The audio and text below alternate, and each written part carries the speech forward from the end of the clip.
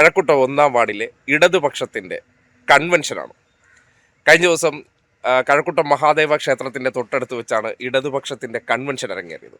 നേരത്തെ UDF കൺവെൻഷനായിട്ട് നടന്നിട്ടില്ലെങ്കിൽ പോലും VIP ആയിട്ട് K. മുരളീധരനും ശബരിനാഥൻ ഉൾപ്പെടെയുള്ളവരുടെ ഒരു യാത്ര കടന്നു വന്നിട്ട് പോയി, സ്ഥാനാർത്ഥിക്ക് വേണ്ടി ഒരു പര്യടനമൊക്കെ അവർ നടത്തിയിട്ട് പോയി. അതിന് പിന്നാലെ ഇടതുപക്ഷത്തെ സംബന്ധിക്കുന്നിടത്തോളം 1-ാം വാർഡിലെ കൺവെൻഷനായിട്ട് സ്ഥാനാർത്ഥിക്ക് വേണ്ടി വോട്ടഭ്യർത്ഥിച്ചുകൊണ്ട് മണ്ഡലത്തിൻ്റെ MLA ആയിട്ടുള്ള, അതായത് കഴക്കൂട്ടം മണ്ഡലത്തിൻ്റെ MLA ആയിട്ടുള്ള കടകംപള്ളി സുരേന്ദ്രനും വട്ടിയൂർക്കാവ് MLA മുമ്പ് കഴക്കൂട്ടം 1-ാം വാർഡിൽ നിന്ന് വിജയിച്ച മേയറായ VK പ്രശാന്തും രംഗത്തെത്തിയതോടുകൂടി ഒരു തെരഞ്ഞെടുപ്പിൻ്റെ ഒരു പ്രചരണം അതിൻ്റെ ഒരു എക്സ്ട്രീം ലെവലിലേക്ക് പതിയെ കയറി വരികയാണ്. അതായത് തെരഞ്ഞെടുപ്പ് ചൂടുപിടിച്ച് വരികയാണ്. പ്രചരണ രംഗം ഏകദേശം ഇനിയും 10-20 ദിവസത്തോളം ഉണ്ട് തെരഞ്ഞെടുപ്പിന് വേണ്ടി. അപ്പോൾ അതിന് തൊട്ട് മുന്നോടിയായിട്ട് ഈ കൺവെൻഷൻ കൂടി കഴിയുമ്പോഴാണല്ലോ ഫുൾ ഫ്ലെഡ്ജിലേക്ക് പ്രചരണത്തിലേക്ക് ഇറങ്ങുന്നത്.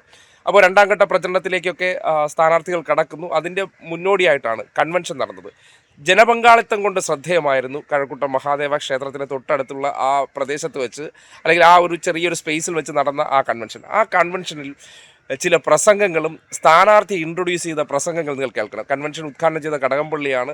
സ്ഥാനാർത്ഥിയെ പരിചയപ്പെടുത്തിക്കൊണ്ട് S. പ്രശാന്തിനെ കുറിച്ച് കടകംപള്ളി പറഞ്ഞ വാചകങ്ങൾ നിങ്ങൾ കേൾക്കണം. ഈ തെരഞ്ഞെടുപ്പിൽ പ്രശാന്തിനോട് പരിചയപ്പെടുത്തേണ്ട കാര്യമില്ല. ഞാൻ പ്രശാന്തിന്റെ മനുഷ്യത്വത്തെ ശരിക്കും കണ്ടത് കോവിഡ് കാലത്താണ്.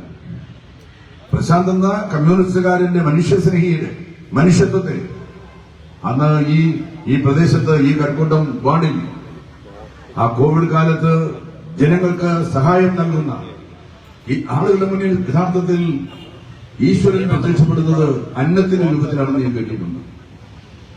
എങ്ങനെയാണ് പട്ടിണി കിടക്കുന്നവന്റെ മുന്നിൽ ഈശ്വരൻ പ്രത്യക്ഷപ്പെടുക? അന്നത്തിന്റെ രൂപത്തിലാണ്.